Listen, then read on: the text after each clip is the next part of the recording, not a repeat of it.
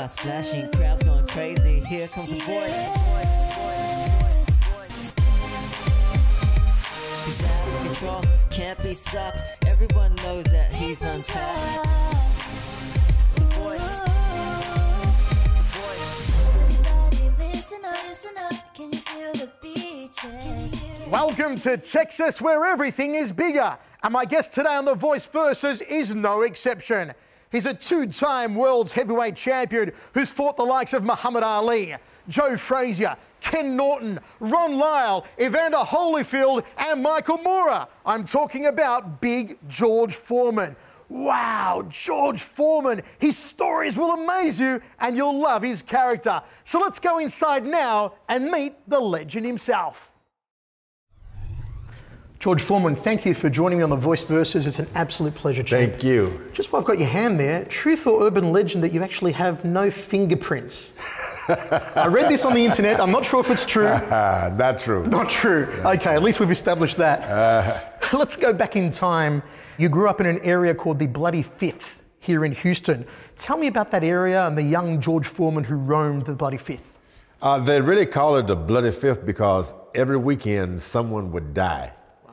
And of course, I was headed in that direction myself. I guess everyone was in that area, mostly working class people. And on the weekend, everybody got drunk, celebrated, and someone would lose their life. And I was traveling down that same road, a hard life.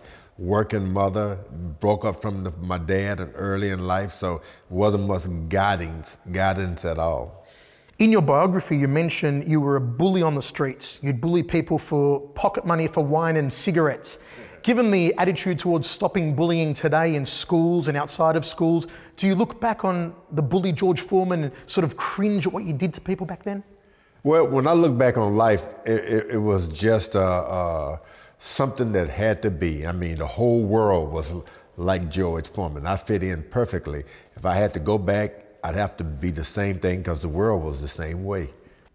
I know what part of your life that helped you overcome the streets and get your life on track was joining the Job Corps, courtesy of LBJ, who I know you're a great admirer of LBJ. And I saw a mural out there in your atrium that included Roy Rogers, Jim Brown, and LBJ, three of your heroes.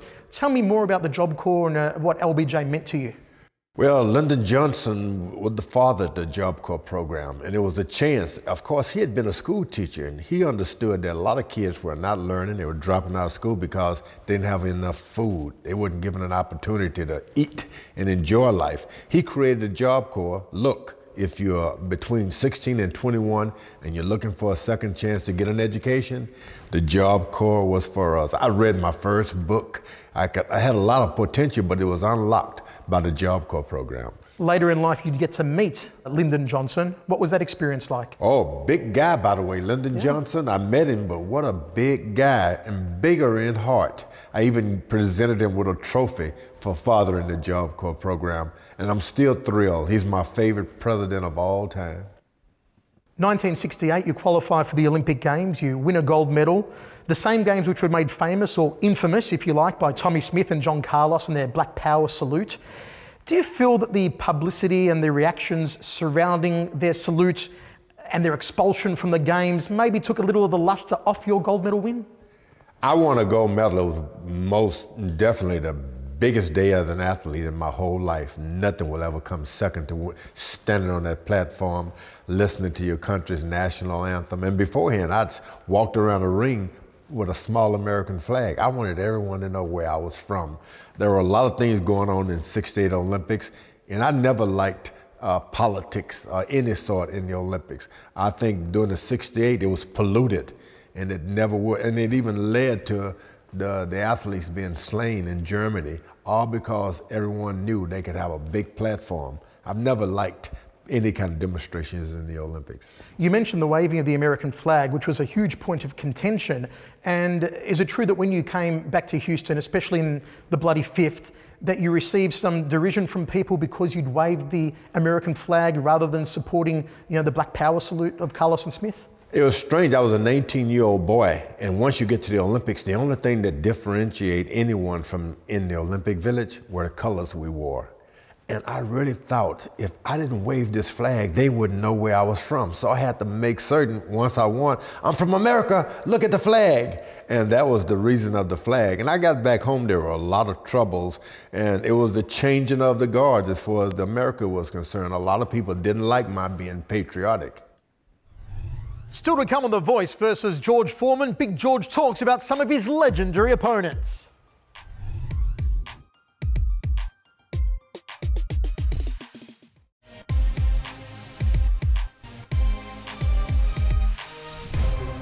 Welcome back to Texas and The Voice versus George Foreman. George Foreman's career is punctuated by a lot of legends. Let's go back now to the very early days and meet a couple as George recalls stories with Sonny Liston and smoking Joe Frazier. Moving ahead, you acted as a sparring partner for Sonny Liston. You once said that Liston was the only man who ever stood up to you in the ring and made you give ground. Can you tell me about sparring Sonny and what that experience was like? Oh, Sonny Liston, no doubt the scariest human being I've met in the ring. When we would spar, I'd have to get on my boxing shoes. You talk about a shuffling movement, I had to have it. He would not back up. From that point on, every time I'd get in the ring, the bell would ring and everybody had a strategy for me, but not him. The only man to make me back up consistently. What was the scariest technique that Sonny had that he used to put on you in sparring? Sonny Liston didn't talk much at all. He kind of look at you and you say, well, I don't want that. But Sonny Liston had this dynamic jab, the left jab. He'd get you going and you could not stop him. And then if you try to overcrowd him, he'd hit you with his right hand. And it was really strong and powerful man. Probably the strongest heavyweight I'd ever dealt with. We hear so many stories about Sonny Liston outside of the ring, the mob connections, and being a brooding, quiet fighter that was hard to get along with. What was your relationship like with Sonny outside of the ring? Well, you'd be surprised with Sonny Liston. We'd go on these long walks after food. We'd walk all over the city, and he was like a father figure to me. He'd always try to scare me out of trouble. You know, you should do this, keep your shoes shined. And my mother told me this, always giving me little stories. And he even told me about how he lost the fight with Muhammad Ali. Little things he wanted to impart with me about behaving. For me, he really wanted to make certain I stayed out of trouble. Continuing on a bit with Sonny Liston, and as we said, a very moody fighter, a very surly fighter, much like yourself at the start of your pro career. Was your moodiness and your surliness part emulation of Sonny Liston as one of your idols at that time, or was that natural George Foreman only? Sonny Liston, first role model I had. He'd look at people and just look right through them, wouldn't answer questions, and he wasn't putting on being mean. He was just not the nicest fella you'd meet. And I said, if that's the way you're going to have to be heavyweight champ of the world, I'm going to be that. He was mean. I even took it a little further. You did? It was like, after a while, he was like, what's wrong with this kid? Well, I started to imitate Sonny Liston. Well, one of your meanest performances when you beat Joe Frazier, 1972, for the world heavyweight champion. I mean, you crushed him. You put on one of the worst beatings that any champion, any heavyweight champion has ever received in the ring. It was incredible. Before the fight, though, you said you were scared of Frazier. What was so scary about Joe? Well, the only heavyweight champion of the world that I'd faced, period, was that I had some fear. Even the challenge I had some fear of was Joe Frazier, because there wasn't any hype. What you saw is what you got. If you hit him, he liked it. If you missed him, he'd just get upset and come after you more. And I'd seen it for myself. I was afraid of Joe Frazier. I didn't know how. I knew if I knocked him down, he was going to continuously get up, and with that powerful left hook and the movement of his head, it's going to be real hard for me to fight Frazier. So I'm in the dressing room thinking, my manager generally comes to me and tells me all the weaknesses of my opponents. We looked at one another and said, don't even go there. And that was a frightening night for me. But I said I wanted to be champ of the world. I had to face him. Was there a point in the fight previous to the first knockdown where you thought you had Joe's number, where you thought, I'm going to win this fight? Or did it take that first knockdown to convince you and get over being scared of him? The first time I knocked Joe Frazier down, I said to myself, oh, you messed up now. He's going to get you. Then I knocked him down again. I said, oh, he's going to kill me. I kept trying to knock him down then. I said, I better keep him down. If he gets up, he's going to kill me. But after 6 knockdowns, I was declared the winner. But But I kept wondering, 6 knockdowns, he got up 6 times. You must have been surprised by his resilience. Who gets down? Who gets up 6 times from a George Foreman knockdown? I was not surprised because I knew what kind of tiger this man really was. And I was so happy. The happiest day of my life inside that ring was when the referee called it off. I said, it's happened. I'm champion of the world. I don't have to fight Frazier anymore. Later on, what kind of friendship did you have with Joe? I became great friends with Joe Frazier. As a matter of fact, of all the heavyweight champions that I've known, he was my favorite person as champion. What was so nice about his personality? What so endeared you to him? What you saw was what you get. He didn't have any pretense. The same guy, once we were in Europe, and we were having lamb chops with mint sauce. And so afterwards, he asked the waiter for some more lamb chops. He said, now, can I have some green jelly? And the waiter said, you mean mint sauce? He said, same thing. I mean, that's Joe Frazier. What you saw was he didn't pretend, he treated everyone the same. In boxing history, it's always spoken Foreman, Frazier, Ali. And to have Joe Frazier pass away recently was the first of that triumvirate to pass. When you heard the news of his passing, it must have been a sad moment. Surely, because the world has never been the same since we lost Joe Frazier. It's like losing a part of you. But understanding that life and death, they're ancient. It's been going on before we came, and it'll continuously go. But I had a good time with Joe Frazier. George, do you still stay in contact with Muhammad Ali? And if so, what's your relationship like with him these days? Muhammad Ali is like that brother. I always wanted to be close to me. And every time I see him, I just fall in love with him all over again. I lost that for a few years when we were fighting and all of that. And his daughters will get him, call him up and put him on the telephone with me. And we talk a little bit briefly in the morning time. He's he's got good energy and he says good things, but I still love him. The day we sadly lose Muhammad Ali, what will it mean to the world? I don't think we'll ever lose Muhammad Ali. He's the greatest. The greatest can't go anywhere. Folks, stay with us here on The Voice versus George Foreman, because coming up after the break, the story you've all been waiting for. It involves 2 legends, an historic fight and a crazy dictator.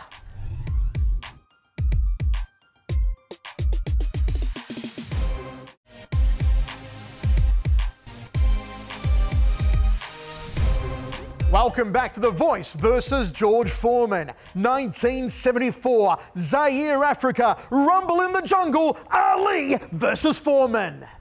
Now, there's differing stories as to how Don King got you to sign for this fight. In the HBO movie Only in America, it depicts Don King entering into a bathroom at a Chicago airport, and you're in the bathroom with your manager. He gives you a $50,000 down payment and gets you to sign a blank piece of paper as a contract. How true is that depiction in that movie? The movie of Don King and my signing the contract, none at all. Really? Strictly false. How did it happen then? How did Don King get you to sign the contract to fight Ali? I needed a certain kind of contract. He offered that and a little bit more. It was $5 million and, as you said, a little bit more as well that we won't go into. Yeah. Was that the final icing on the cake for you, or was it more the willingness to want to fight Ali? Well, I had to do the contract and complete a secrecy. He was the only one willing to do that as well. So the blank piece of paper story is a falsity as well? It wasn't a blank piece of paper and he asked for a signature? Well, you write on a piece of paper and my attorney wrote everything around it because I couldn't go to the San Francisco to fill out the contract. You suffered a cut in sparring that delayed the fight in Africa by 6 weeks. Is it true you weren't allowed to leave Zaire in those 6 weeks, that President Mobutu surrounded your villa with armed guards? No armed guards. I couldn't leave Zaire. I thought I could, but you found out real quickly that you're cut. You can't leave the country to heal. So I stayed for an extra month and to heal a cut. Boy, did I think a lot of myself to think I could fight even with a cut, huh? We found out that the country had put so much into it, we best not try to leave. Was it a painstaking process having to stick around for another 6 weeks though in a country that was, I guess, overbearing and humid and maybe a little uncomfortable when you would have preferred to be back home in America recovering? I didn't want to be in Africa after the cut. I didn't want to be there anymore. What was it like meeting Mobutu, a man who publicly executed his political rivals, a man who embezzled billions of his a country's money. How was it being face to face with him, shaking his hand? I met the great President Mobutu, an excellent fellow. He was kind, greeted me well, and treated me equally kind. Didn't know anything about politics, nor did I care much about politics at all.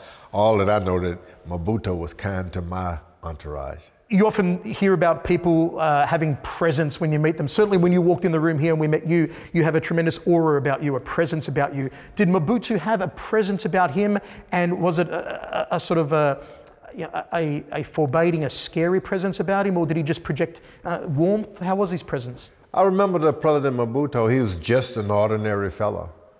And I think his caps, the hats he wore, and some of the jackets were the only thing that drew some attention to him. If you take off the caps and the jacket, you wouldn't notice him in 100 people. I mean, you put him out with 25 people, you wouldn't pay much attention to him. There was nothing mysterious about it. Is it true that he gave you a pet lion? No, that was not true. The president never gave me a pet lion. I had a pet lion, of course. You have a pet lion? I had. You had one? I did. And a tiger. Really? I was on the crazy side, you know. You love your pets, though. I hear you've got quite a few German Shepherds still. Yeah, I still raise dogs, a lot of dogs. How many do you have here on the property? Oh, I have as many as 18 dogs. 18 German dogs. Shepherd dogs. I love them. Tremendous. And I show them as well. Was that a point of contention when we watched the documentary When We Were Kings? They mentioned you having a German Shepherd being in the Congo, and that the German Shepherds that the Belgians had used when they'd taken over the Congo. Did you ever, receive any lashback from the locals in the Congo because you had a German Shepherd with you? I took my German Shepherds to Africa, and you'd be surprised of the dog fanciers in Africa. They love German Shepherds. They weren't afraid of German Shepherds. Strictly civilized people, and they had dog shows on the continent there themselves. And people said they were afraid of the German Shepherd. Look, these people have hyenas and lions and tigers. How are they going to be afraid of a German Shepherd who can just growl, basically? Muhammad Ali once shouted at you, perhaps one of the most disgusting jibes ever taken by a sportsman. He said to you at a writer's dinner once, and I quote, "I'm going to beat your Christian ass, you white flag waving bitch you." What effect did those words have on you? Can you remember that? And I remember Muhammad Ali getting angry with me, and he called me a Christian. And he cursed me. He started cussing. "You Christian, such and such, so and so." And I didn't even know what a Christian was. How did you handle the smack talk of Ali, which you were so famous for? Did you just take it in its stride and accept that it was part of Ali, or did he ever really genuinely get inside your head and affect you emotionally? Well, the time that Muhammad really got and lost his temper and threw bottles and called me the Christian so-and-so, it was because I provoked him. He went up on the platform holding my belt, and I reached behind him, grabbed his jacket and ripped it off the back. Really? I just did that. And he just went crazy. Oh, wow. So he wasn't trying to jive me, it was my provoking him. But I wish I hadn't done that. He almost hit me with those bottles. I did hear, however, he apologized to you the next day after calling. No, we never apologized. Oh, really? No, because I knew basically the guy has a great sense of humor, and I crossed the line by tearing his jacket. I don't even think it was his jacket. It was like, that wasn't my jacket. Don King described the Rumble in the Jungle as bigger than both Ali and Foreman as individuals, the alpha and omega of boxing. Is he right? Is what happened in Zaire more than just a championship boxing match? Well, the fight was made for Africa, and I thought it would be a great thing to kind of bridge the two countries. And with the fight and being in Africa, there has never been anything to duplicate it. There's controversy surrounding the bouts. It's often claimed that the ring ropes were loosened before the bout to allow the advantage for Muhammad Ali, that your water may have been tampered with backstage in your dressing room. What credence do you give to those allegations? I had a lot of suspicions about that fight, and I think anyone who loses for the first time is going to look for excuses. You have all kind of reasons for losing. But basically, I was hit with a straight right hand, 1, 2, pop, the fastest I've ever been hit. And I was knocked down. I waited on the referee to count to 8 to jump up. When I did, the fight was over. If you eliminate that right hand he hit me with, I could come up with some excuses. But I saw that right hand on film, and I saw myself hit the canvas. I was no more heavyweight champ of the world. I learned to live with that. Is it hard for you these days to watch that fight still? I just watched it last night, that fight, the Rumble in the Jungle. I sit down and watched it, had some fun because I start training boxers now, and you wonder was his right hand had to come across or straight ahead. And you keep watching and watching, you realize some fighters, boxers, if you don't watch yourself, who can you watch? His right hand was most effective when he came straight and my head was right in the middle. But if I kept my head out straight, he didn't even try to throw it. So little things like that causes me to watch the fight over and over. I keep thinking I'm going to win, though. It's like, next time. I watched that fight and Ali's rope-a-dope strategy. It was incredible. It was a masterpiece. Yeah. And I asked the question, how hard were you actually hitting Ali? How much were you turning the knuckles in and how much were you connecting with him? What can you remember of those punches you landed on Ali? With that fight with Muhammad Ali, I hit him with some of the hardest punches I've ever thrown. I mean, I hit him very hard. And it would spring him back for a little bit and have him woozy, and he would recover. I'd hit people harder, but I'd never seen anyone recover from a shot the way he did. This guy had something in him like, I'm gonna die, but I'm not gonna lose. That determined the outcome of that fight. His willingness to take anything I put on him and stay his ground. Looking back at that fight and all the fights you've seen, not only of your own, but every boxing match you've ever seen, would you put that up there as one of the most remarkable performances you've ever seen in the ring, even though it was done to yourself? And watching the film, I think it was a remarkable fight because I was one dynamic puncher. Yeah. He stood up and started hitting me back. He laid on the rope. He realized, Muhammad did, that he couldn't come forward and do anything. So he just sat on the rope and took the punishment and get in a right hand or left jabs whenever he could. It was an excellent bout for him. For me, You mentioned Liston's jab and how effective it was. How did it compare to Ali's jab? Well, Liston had more of a powerful jab. Muhammad would spin his jab, snap you, pop, and he didn't want any more of it, so he would go backwards. He didn't try to intimidate you with it, just like I hit you, sting you, that'll stop you for a second. Liston would hit you, and I'm gonna knock you out. Oh. So it was a different jab. Liston had a better jab. What about Ali's words to you during the fight in Zaire, what he was saying to you in the ring? Did he get inside your head, and what sort of stuff was he saying to you? No, I've been in the ring for a lot of times with a lot of guys, and they get into the ring and they fight me, and they start talking. It was a normal thing, especially when you're hurting guys, and they start, and they say all kind of things. He was the most talkative of all, though, but it didn't get into my head. What really got into my head was those punches he was hitting me with. That got into my head. I could take the conversation, but I couldn't take the punches. I want to quote you here. You once said, when talking about the fight in Africa, "In Zaire, for the first time, I got what I always strived for, no fear. I stepped in the ring happy, almost like a joke, and it didn't bother me, and I lost. So that fear was a necessity. I didn't realize how important it was." Just how important is fear to a fighter, and what do you do with that fear? People tell me today the greatest fight they ever saw me in was that of Joe Frazier. And the one thing I can remember I had in the Frazier fight, fear. I was scared of that man. And a couple of other fighters I was afraid of. But with Muhammad Ali, I stepped into the ring for the first time. I was like, I can do this forever. I don't have any fear. I'm not even nervous, the butterflies, and I lost. For the first time, I started to arm myself again with fear. Always be a fear, because boxing is the art of self-defense. The Rumble in the Jungle was such an amazing success for boxing, for Don King. Does Don King owe you a debt of gratitude for helping to make his name?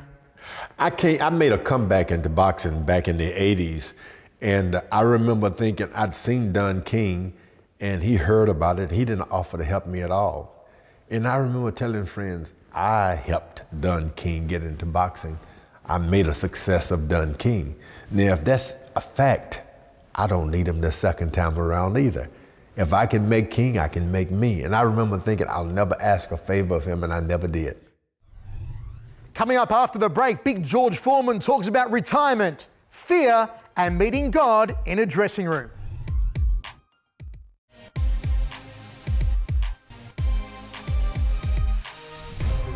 Welcome back to The Voice versus George Foreman. 1977 in Puerto Rico. George Foreman had the devil whooped out of him by Jimmy Young, and in the process, found God. George, you retired from boxing after losing to Jimmy Young by decision in Puerto Rico, 1977. In a BBC interview, you said that Jimmy Young whooped the devil out of you. Did you know the devil was in you, and what did it feel like knowing that, or was it only after your revelation in the changing rooms when you found God, you found Jesus, that you knew the devil had been in you? And it's strange because you live a life filled with success and you're doing everything you want to do.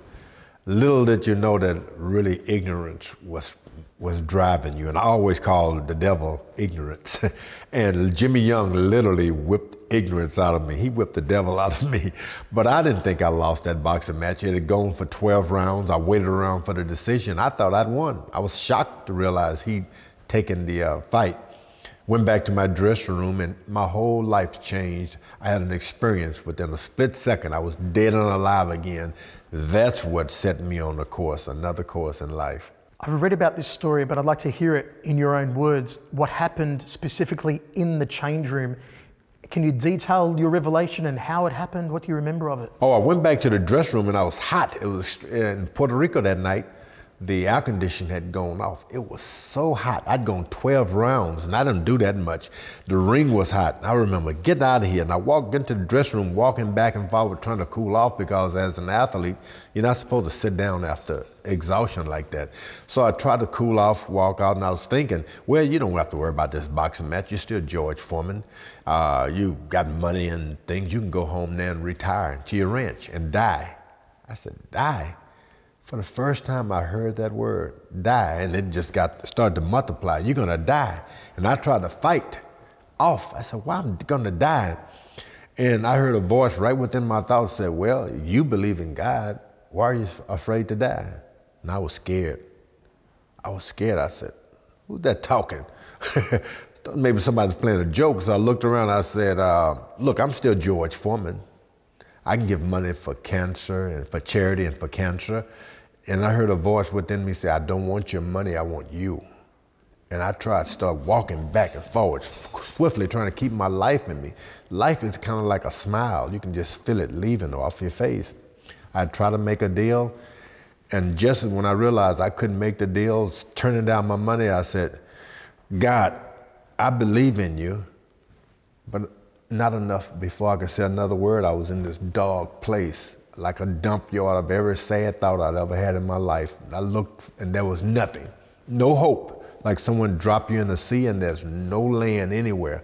And it was just a dump yard of sorrows. And I just got mad. I saw everything I'd worked for crumble like ashes behind me and I was dead. You could smell it, a horrible smell that goes along that I've never forgotten to this day. I just got mad. I said, I don't care if this is death. I still believe there's a God. I just didn't believe in religion. It was just all filled with ignorance. Everybody would have a wife leave them. They'd show up in church, lose a boxing match. They'd have a Bible. I just didn't believe in it. I just didn't believe in it. I said, I don't care if there's a God. When I did, it was a gigantic hand reached in, pulled me out of nothingness. And I could feel, evidently they picked me up off the floor in the dressing room and I could feel blood flowing through me again. I was alive. And I said, hey, I'm dying, but tell everybody I'm dying for God. And they must have put me on the dressing room table.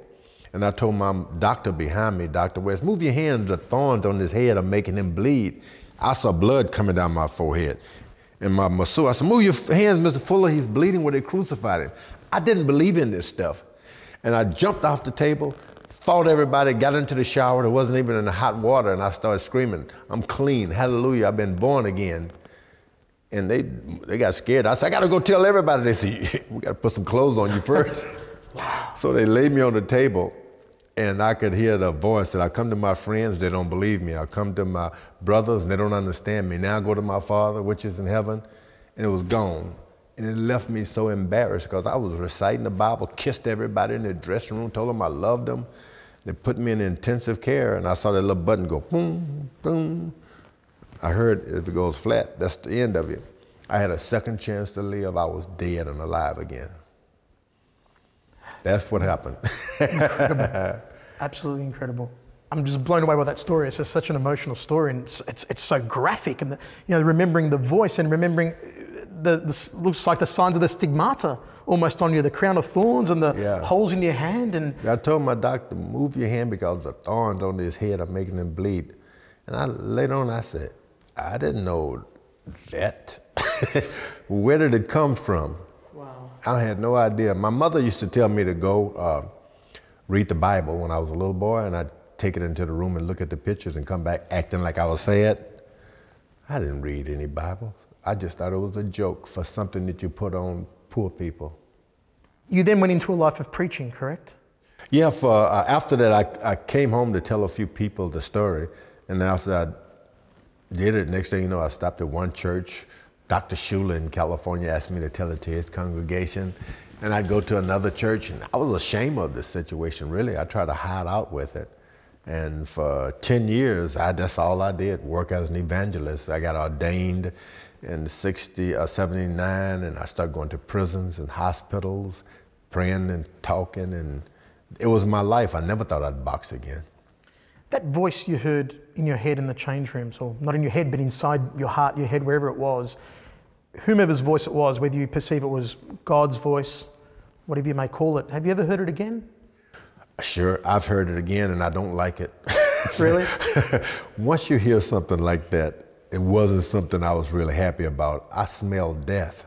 I was dead and alive. It's not like you want to lay down and say, let's happen again. I'm a good fellow to stay away from that voice. It was a challenging situation to know that there's really a God. I just thought it was books and television shows. If I was a scientist and I was doing this interview with you as a scientist, I'd probably say, well, George, you had a chemical reaction to the heat, you were hallucinating, you had maybe an out-of-body experience, which is not uncommon, given the stressful circumstance you were in after losing the fight. What would you say back to me with that claim if I was a scientist saying that to you? I would never try to correct it's something I don't know about. I just know it happened to me. And if someone was reluctant to believe it, so be it. I had enough. I'm an evangelist of being a good fella, not of trying to paint and tell a story that someone doesn't believe. You can have that. I know what happened to me, and it's enough. Coming up after the break, George Foreman talks about his comeback and his road to a second heavyweight championship.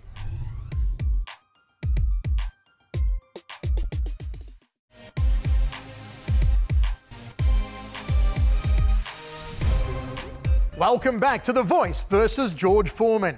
In 1987, 10 years after retirement, Big George returned to the ring with one goal in mind: to become a two-time heavyweight champion of the world.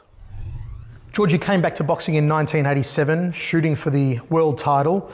You eventually got it in 94 against Michael Moorer, but before that you fought Evander Holyfield.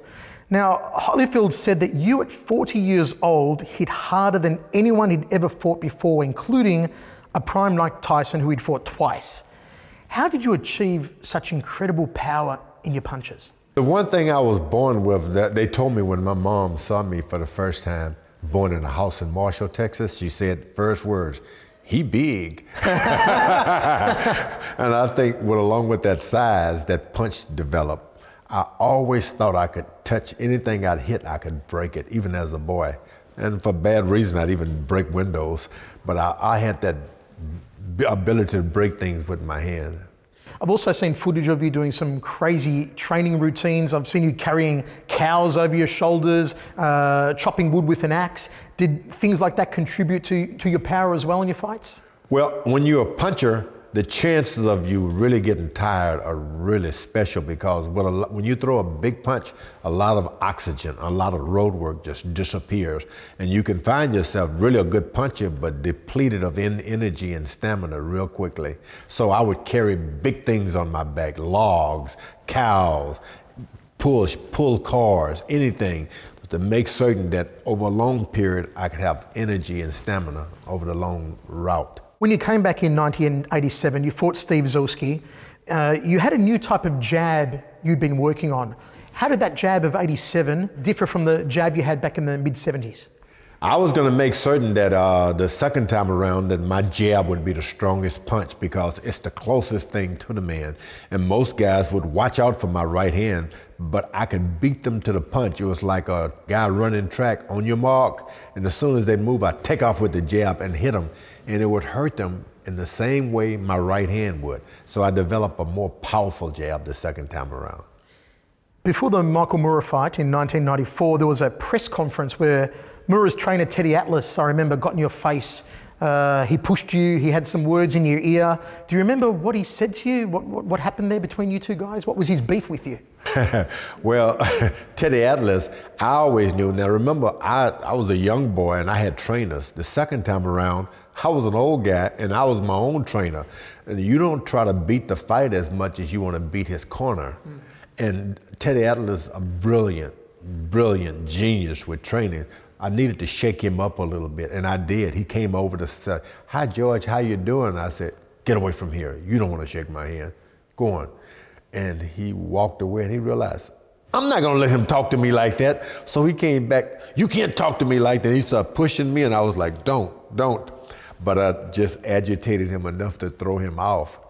That's all I did. But he really wanted to fight. I wasn't going to fight him. He was angry because I remember Teddy Atlas said at the time, he was telling everyone George Foreman's a con artist. Yeah.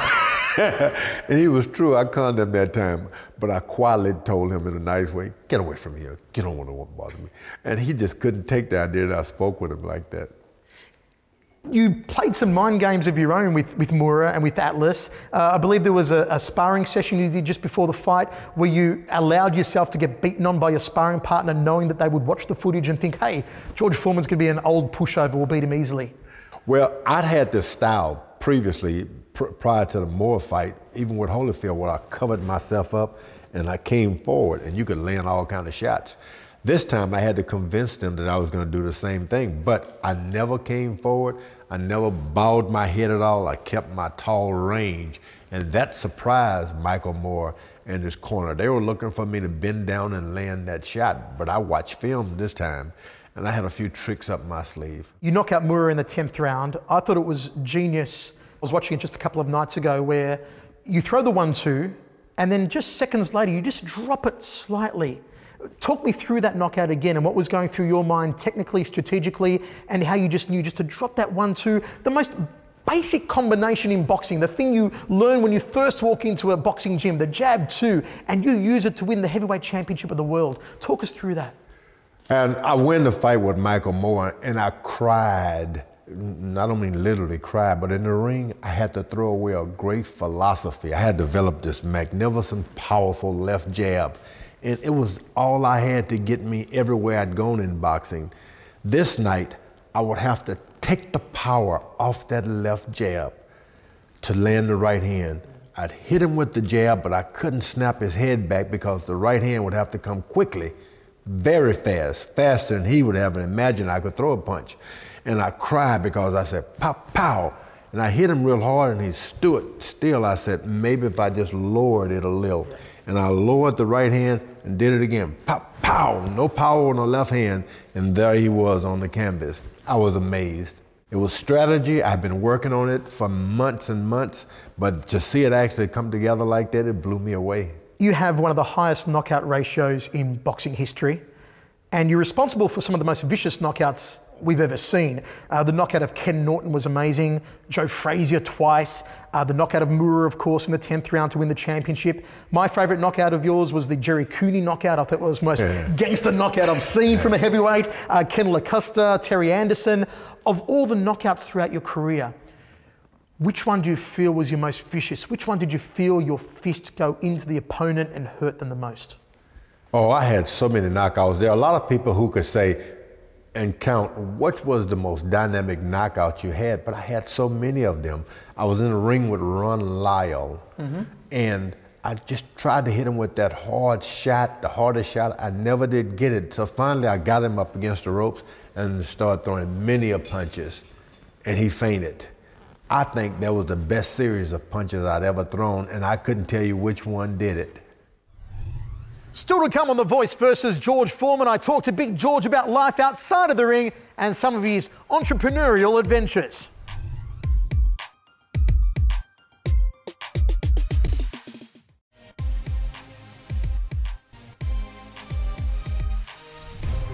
Welcome back to Texas and The Voice versus George Foreman. It's time to talk to Big George about life outside of the ring, some celebrity appearances, and quashing some urban myths. We never got to see George Foreman versus Mike Tyson. How do you think that would have gone down? I think the Mike Tyson-George Foreman fight would have been a world beater. Everyone would have had something to say about it because Tyson would come forward at me. And most guys ran away, leaned away from me. Tyson would not have. I think that either he would have gotten me in 3 rounds or I'd got him in 3. You know, Customato, Tyson's own trainer, once said, no swarming heavyweight who ever lived would defeat George Foreman. He said George beats any of the great swarmers, including Jack Dempsey, Rocky Marciano, and Mike Tyson. And I think the sad thing about Customato probably fixed things so I never fought Mike Tyson. He filled his head filled with, cause thinking I would never come back into boxing. There'll never be another George Foreman. And he self-consciously didn't want to fight me because of it. Angelo Dundee calls you the second best heavyweight in history behind Ali. Would you agree? Well, I don't know if I would number myself a great heavyweight in the history because there are so many of them. Can you imagine Joe Louis, heavyweight champ of the world for 10 years? I consider him the best thing that ever happened to boxing. Muhammad Ali, in his first career, he moved like a welterweight. He was so fast. I don't fit in. I don't fit in the bunch. I'm not one of them. Take the 3 great ring moments of your career, George. The Olympic Games win in '68, the gold medal, beating Frazier for the title in '72, beating Moura for the title in '94. If your memory is wiped out, but only one of those 3 memories remains, which one do you hope remains? The 1968 Olympics. More special than the 2 World Championships? That was the most special day as an athlete in my whole life. I didn't know dreams came true. I was standing there thinking, I won, and I'm on this platform, and they're playing the national anthem. I was really a gold medalist. I just didn't think it was possible. Would George Foreman of 1994 have beaten George Foreman of 1972? I had 2 careers, but I think the last one, I don't know. The first time I hit, I was so reckless and hard punching. I just wouldn't fight. The second George Foreman wouldn't fight the first one. Would the first one be scared of the second one, though? I think the second one would be afraid of that first. Because I was a good manager the second time around. I managed to stay out of the way of dangerous guys. So I think the second George Foreman would have avoided the first one. Moving beyond your boxing career, the George Foreman grill, of course, made you a fortune. In April 2007, you went to Hong Kong and you shot an infomercial with Jackie Chan, who was the Asian spokesperson for the grill. What was it like working with Jackie Chan? What was that experience like? Jackie Chan, what a wonderful experience for me. We did a commercial together. He speaks so many languages. I don't think he'll ever be known as the genius he really is. What a smart man. A thrill for me to work with. In 1994, one of my favorite TV memories of you, you appeared in an episode of Home Improvement. What was that experience like? But Home Improvement crew was so fine. It was my chance to get back on television and remain in the reruns for a whole generation. I loved the Home Improvement show. And of course, you also hosted Saturday Night Live in 1994. That must have been an absolute buzz. Can you imagine being so big that you get a chance to host Saturday Night Live show?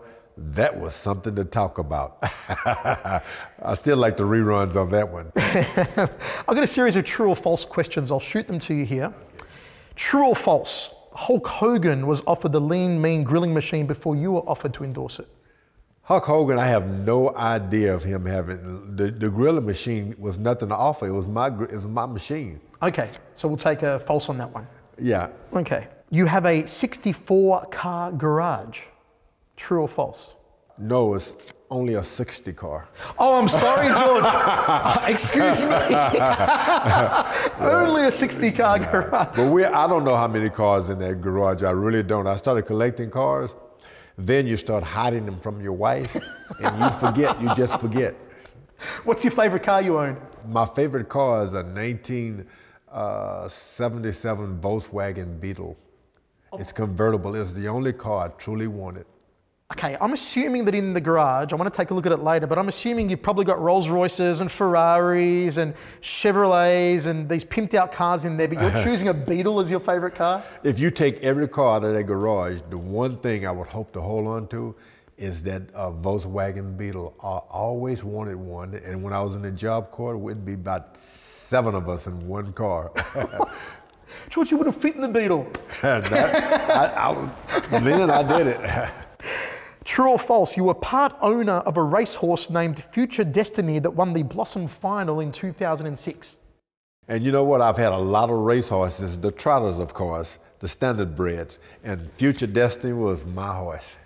And I believe that you got into horse racing originally because one of your fights in New York or outside of New York, you were running around a horse racing track as a part of your fight preparation? I so enjoyed the way they prepared those horses, so I'd run around the field with them, and sometimes I thought I was a racehorse. So I got into the horse races business for that reason, to be one with the horses. Is it true, George, that you once considered converting to Islam and that you stopped eating pork after reading a copy of the Muhammad Speaks newspaper back in 1969? Back in the early 60s, one of the most fashionable things existing was the Muslims.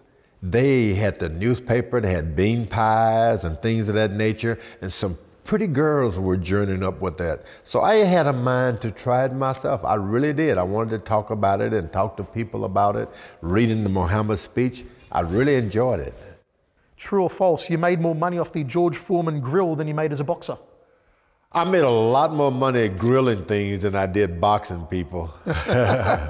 True. True or false, you named all 5 of your sons George and 2 of your daughters? Well, Georgetta and Frida George are my daughter's names, but this is true. So, okay, the kids are growing up, it's a big house, one of them screws up and you've got to tell them off, or you're calling one of them to come and do a chore.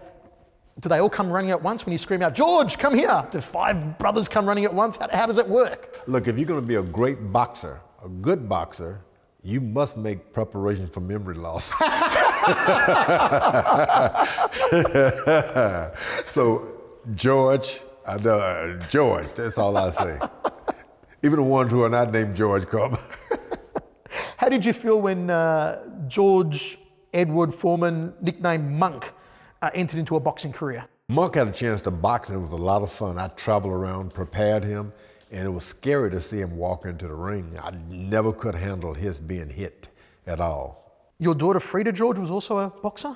My daughter Frida George boxed, and she was a good fighter too. She couldn't take it out of her. I guess she said, "You're going to try to knock me out of the business?" No, she was a good boxer. I couldn't handle her being hit either. I was going to say, harder to watch Frida or harder to watch Monk getting hit? It was harder to watch Monk. I got a feeling that Frida was tougher. Speaking of getting hit, I may already know the answer to this one. Is it Joe Frazier? Who hit you the hardest in your career? Oh, it was a fighter by the name of Ron Lyle. Ron Lyle hit me so hard, I remember thinking, that didn't hurt. Muhammad Ali hit me, knocked me down, and I felt, the shot. I tried to catch myself before I hit the ground, but Lyle hit me so hard, it didn't hurt. That was the hardest I'd ever been hit, Ron Lyle. The most you've ever been hit, maybe in one round, though, was by Evander Holyfield. That was crazy. In one of those rounds, he laid this enormous combination that just never seemed to stop. I don't know how you stood up to it, or was Holyfield a hard hitter? Holyfield was a good combination fighter. He hit me with a lot of shots, but I remember after he hit me about 50 times, and he looked at me, I said, "Let's go." I said, "You better have some more." And then I think he hit me 50 more. But the point of it is, he was the best combination puncher I'd ever faced, but it didn't hurt. George, do you feel sometimes as if you've lived 2 separate lives, or maybe even 3 separate lives? The George Foreman of the late 60s and 70s who was world champion, Foreman the preacher between the Jimmy Young fight back to your comeback predominantly, and then of course from your comeback to winning the championship against Michael Moorer.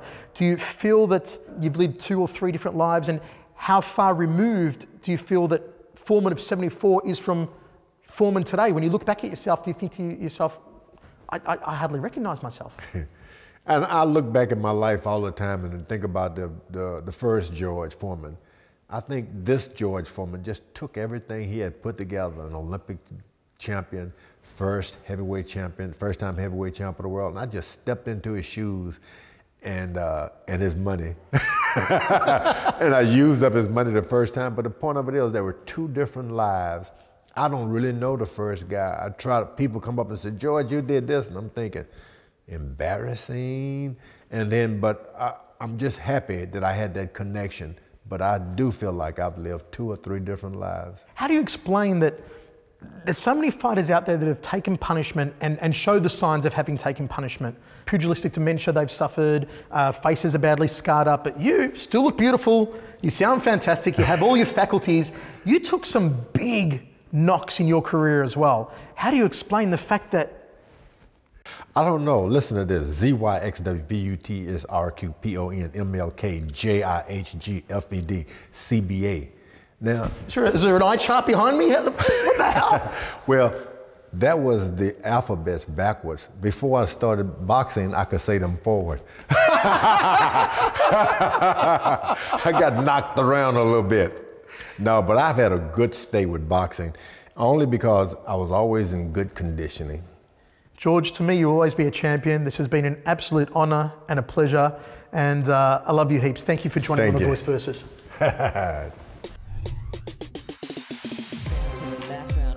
Flashing, crowds going crazy. Here comes the voice. He's out of control, can't be stopped. Everyone knows that he's on top.